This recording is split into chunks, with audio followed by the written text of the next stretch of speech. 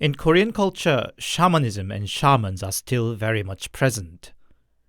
Even the people who condemns shamanism as an old superstition that needs to be eradicated for a more rational society are not entirely free from the concepts and ideas of the shamanic world, as it is deeply embedded in the psyche of the tradition.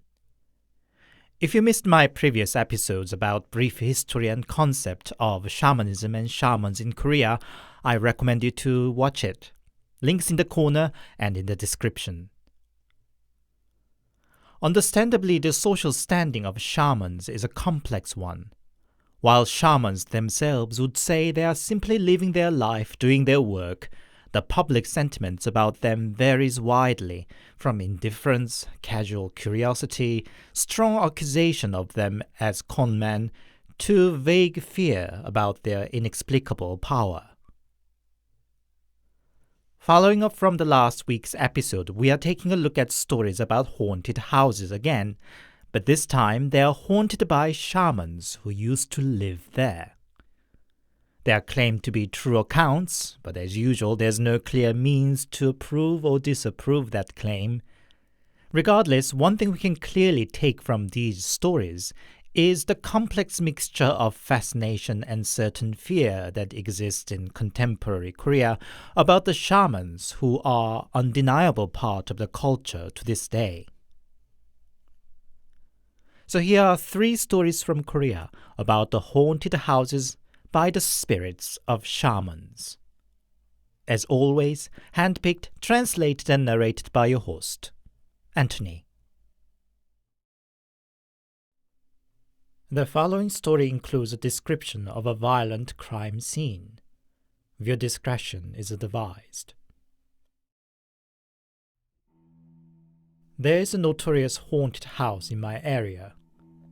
It sits on the hillside next to an old apartment block. The rumor says it used to belong to a shaman couple. They were pretty famous, enough to be featured on a TV program in the 70s.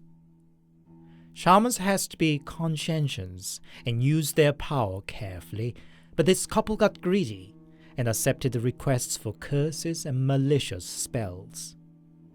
Such breach of court is said to bring punishment, and it indeed came swiftly. First, the wife. To finish an exorcism, she was performing a cleansing ritual using fire, and the fire caught on her. Most strange thing was, while she screamed and burned to death right in front of them, other assistants and musicians didn't rescue or indeed didn't react at all, as if they were all momentarily possessed. Even the terrible demise of his wife didn't stop the husband carrying on with his shady practices. And not long after, during a shamanic ritual, he fell on his back and suffered a fatal concussion. Into now the empty house of the shaman couple moved a young family with 2 kids. Their home was broken in by an intruder. The wife found stabbed to death at the stair. Husband also stabbed and found dead in the pool of his own blood in the kitchen. 2 young kids were found in their own rooms, their mouths stuffed with socks and left to suffocate to death. The neighbors chose not to talk about the terrible incident, sweeping it under the carpet. They were afraid the news of such terrible crime might have a negative impact on the real estate price in the neighborhood. A good news. An investor bought the plot and the surrounding land to build a new flat block. But the good news was short-lived. Whenever they tried to demolish the house, accidents kept happening, some even fatal, killing a few construction workers. In the end, they gave up and left the house alone. After 2 years left empty, another family moved in. The couple was in their 40s, their father in his 70s, and their only son was a teenager. The old man of the family was the first to start behaving strangely. He would strut around the neighborhood in his daughter-in-law's dress or his grandson's school uniform. People talked behind the back that the old man must have become senile with the age. The couple followed next. They started fighting with each other every day, loud and physical enough for all the neighbors to notice. Their son, who used to be a quiet and hard-working student, went mad too. He would burst into laughter like a madman in the middle of class, or beat his head on the desk, or pick up a dead mouse somewhere and cradle it around as if it were his baby. Now the rumor was rampant that the house should be haunted by the evil spirits of the shaman couple. Seeing every member of the formerly ordinary and sane family going crazy, it seemed only logical to suspect it was something with the house. The leader of the local women's society told the unfortunate family the history of the house and carefully implicated that they might be better to seek help from a shaman, but the couple, being Christians, ignored it.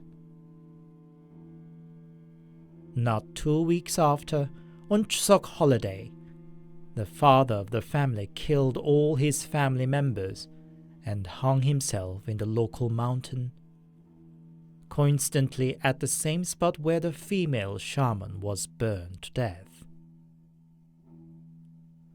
Now, for the neighbors, the rumor of the house being haunted became the confirmed truth. The house was, of course, left empty. But it didn't end there. People started to die off in the neighbors. First the elderlies, which didn't draw too much suspicion as it was rather natural that an older person dies. But soon others followed regardless of the age. There was at least one death every couple of weeks. In the end, the leader of the neighborhood called in a shaman to perform a ritual. During the ritual, the shaman suddenly collapsed and then woke up shouting, "This is my house, mine, nobody shall take it. Try and I'll erase the entire family," and then fainted again, bleeding from her mouth. When she got around again, she threw a towel, saying it was beyond her capability, and ran off. Fortunately, the death in the neighborhood somehow stopped after the ritual, but the house itself is left empty and untouched over 30 years. The local authority tried to demolish it several times, but every time either the worker brought in would die or something happened to the officer in charge, that they never got to see the completion. Apparently, it has become a notorious story among shamans as a cautionary tale.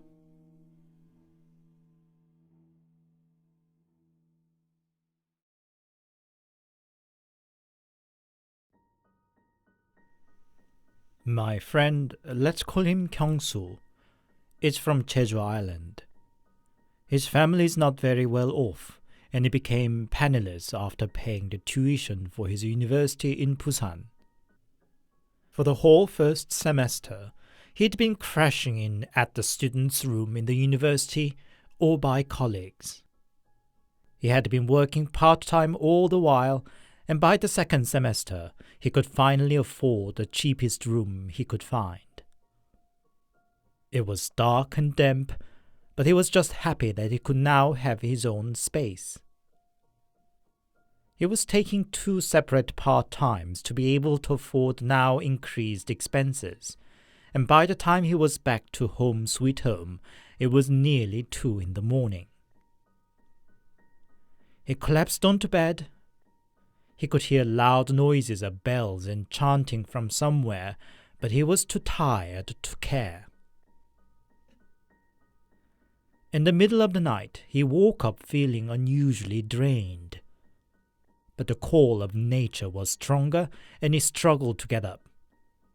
When he saw a woman dressed in black sitting on the edge of his bed, he was so startled that he peed himself there and then. But next moment, the woman vanished. Was it a dream? Well, but the wet bed was indeed real, and so was the continued noise of gong banging loudly from the downstairs, which kept him awake for the rest of the night. Next morning he complained to the landlord about the noise from the downstairs neighbor, but the landlord insisted the downstairs flat was left empty. Kyung-soo tried to argue that it might have been the next door. Was there some percussionist living there? But landlord said there were just students like Kyung-soo himself or builders in the whole building. Came the night, and Kyung-soo went to bed late as usual. But not long after, he woke up from a nightmare in which he was chased by some guys in black. What awaited him was yet another loud noises of bells and gongs, and on top of that some woman squeaking. Kyung-soo was losing his temper, and despite it was over 3 in the morning, he marched to the downstairs and rang the doorbell. No reply. He rang it again. Still no reply. Now totally losing it, he snatched up the door handle, meaning to rattle it violently. To his surprise, the door opened. The room in the dark seemed indeed unoccupied. Deflated, Kyung-soo turned around to go back to his room. Suddenly something grabbed his hand. He screamed. But there was nobody, not a sign of another person around him. To make sure, he turned on his lighter. In the light was a face of a shaman shedding bloody tears and smiling right at him. When he got up, he was still in the downstairs room. Now what he could see there in the light of the dawn creeped him out. The wall was covered with talismans and weird drawings with dark splashes all over that looked like that of blood. He rushed straight to the landlord again. "In the downstairs lives a shaman, am I wrong? You lied to me." The landlord's face turned bitter above anything, and finally came clean. A few years ago in the downstairs room moved in a woman who had just become a shaman. She used to be an ordinary girl with an ordinary office job, but one day a god chose her and made her ill till she finally accepted it. She could get healthy again that way, but her fiancé left her. One day, she threw a shamanic ritual and killed herself afterwards. What he had seen and experienced for the past 2 days all came at once, and Kyung-soo had to move out of the place immediately.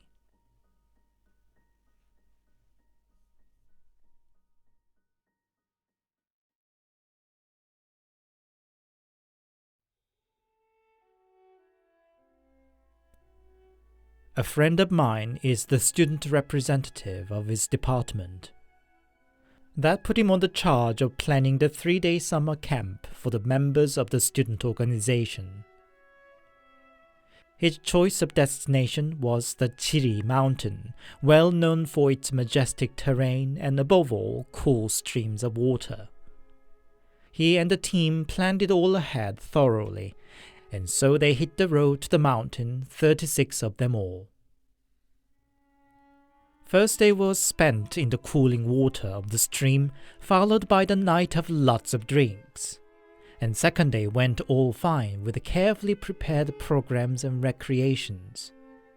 but my friend had prepared a grand finale for the night. During the preparatory visit to the camping ground, he came across an abandoned house about 5 minutes away from the camping ground. Just a small house surrounded by a little yard and low stone walls. A perfect spot for a spooky exploration, he thought. Excluding the organizers, 6 of them, including my friend, 30 participants were separated to 6 teams of 5. The plan was to send a team up to the house, let them explore it inside to find a note containing a little challenge, such as singing a song together or finding a relic hidden on the ground, etc. When it's all done, the next team will be sent up in turn. For the smooth flow, the 6 organizers were separated to 3 groups of 2. First group stayed in the base camp to send up the next teams. Second group stationed at the midpoint to make sure teams finding the right direction to the house. And the third group hid at the house itself to scare the teams a bit, make sure they fulfill their challenge, and send them back down when it's done. These groups of organizers were to communicate via walkie-talkie. My friend himself stayed at the base. They even set up an infrared camera hidden on the stone wall, which would turn out to be a good fun material to show at the end of the year party. So at 10 at night, the first team was sent up to the house with just one flashlight.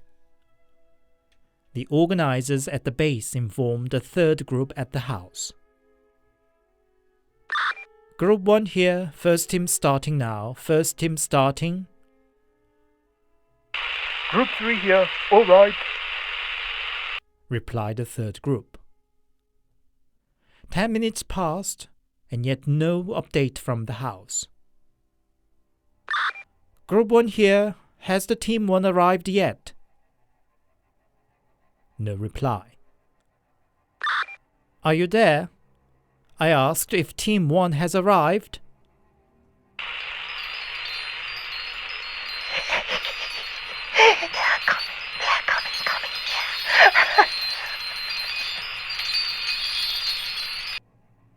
My friend couldn't understand what was so exciting with a group 3, but whatever. Another 10 minutes passed, and another 10 minutes more. My friend got a bit anxious because the team 1 hadn't come down yet, so he picked up his walkie-talkie again. Group 1 here, is the team 1 still on their challenge? Send them back down as soon as ready. No reply again. Hey Group 3, what's up? Send Team 1 back down now. A few seconds later. Let go, shall we? Yes. My friend got frustrated. Having fun is all fine, but Group 3 is behaving irresponsibly. Another 10 minutes passed. Group 2 informed Team 1 was on the way down. The cue to send the next team up. 5 minutes later, radio arrived from the Group 3. Another's coming.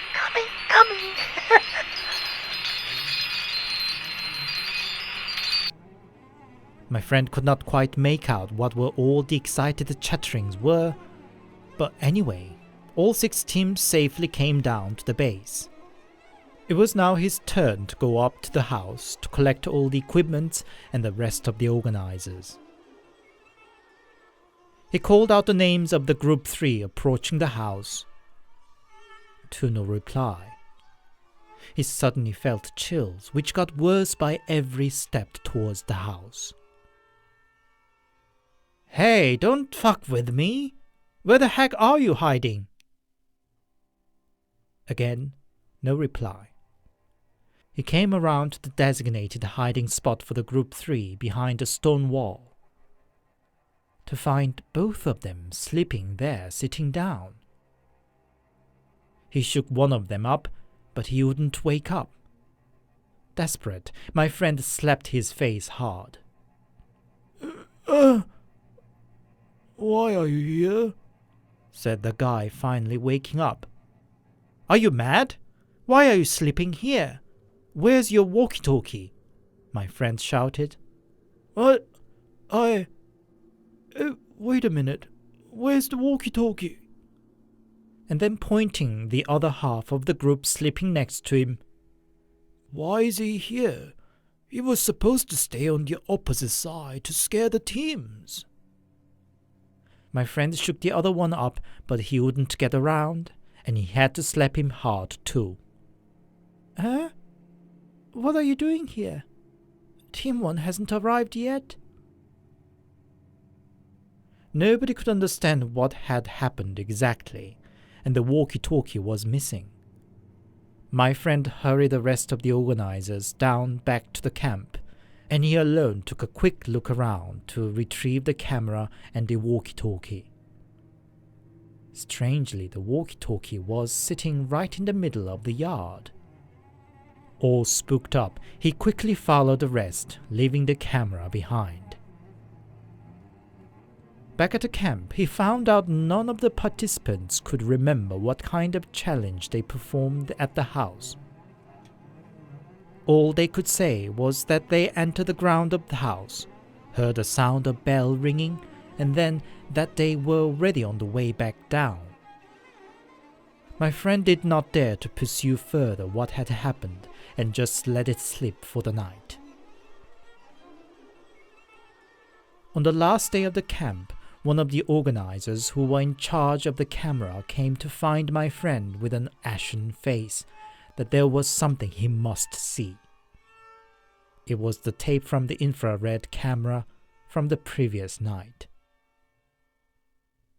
For the first 10 minutes was just a shot of the house with nothing happening. Then the first team came onto the ground, all hunkered down and alert. But then as they reached the middle point of the yard, they all stopped frozen at the spot. Then, as if on a cue, they all started shaking their heads and jumping up and down with their hands high up, like a shaman dancing at the ritual. After 5 minutes of the mad dance, they all stopped again as if on a cue, and then turned around to leave. That same inexplicable routine repeated for all 6 teams. All the while, my friend could just watch. Towards the end of the recording, he could hear bells ringing. From the minuscule volume, it grew louder and louder. And then, black screen. Camera had turned itself down. My friend decided to burn the tape right away. But it wasn't the end of the story. After the camp, some of the participants called him to complain about their recurring dream. In that same abandoned house, a person was performing a shamanic ritual. When the shaman turned to look, his face was black as if burnt. My friend went back to the campground by himself and asked around the nearby villages about the house. And an old inhabitant finally could tell him what was with the house. When the old man was but a little boy, a shaman came to live there. He led a quiet life apart from leading occasional rituals for the village. One year it rained a lot, and the shaman came down to meet the leader of the village to warn a child was most likely to drown in the overflowing water and everyone should be alerted. The leader duly passed on the shaman's word to the villagers. But to no avail. On the day of another downpour, a young boy slipped on the bank and fell into the water to his death. Unfortunately, the lament of the victim's parents quickly turned the grudge towards the shaman. Why couldn't he be more specific? Should he have told them their boy could be still alive? One late night, Shaman's house was set on fire while the shaman was still sleeping inside. When the villagers came to control the fire, the house was already engulfed in the flame. They heard the bells ringing. In the middle of the house, burning all around, was the shaman in the manic dance of the shamanic ritual, oblivious of the fire catching on his person.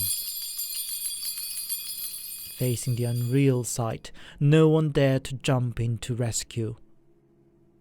And when the fire was under control, the shaman was long dead.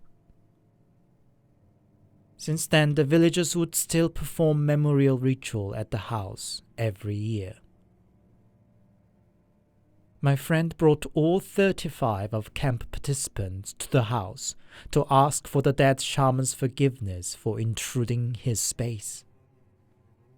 Fortunately, it seemed to have worked, and no one suffering any more consequences.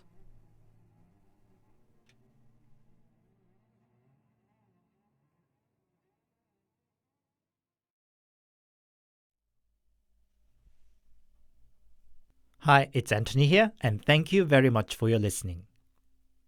Many want to think our society progresses towards greater rationality, and there has been attempts in human history to eradicate what was perceived as irrational. But humans fundamentally irrational, and there's always a room and necessity for religions, paranormals, shamanism, mysticism, and so on in one form or the other. I think it is much healthier attitude to accept them as a part of the human life and find a balance. And in that note, I hope shamans in Korea could find a better social standing, free of unfound fear or taboo. Anyway, if you haven't yet, please consider giving my videos a thumbs up, leaving a comment, subscribing to my channel, and sharing with others. As for those who have done already, I thank you very much. I'll come back with something new next Sunday. Stay safe and take care.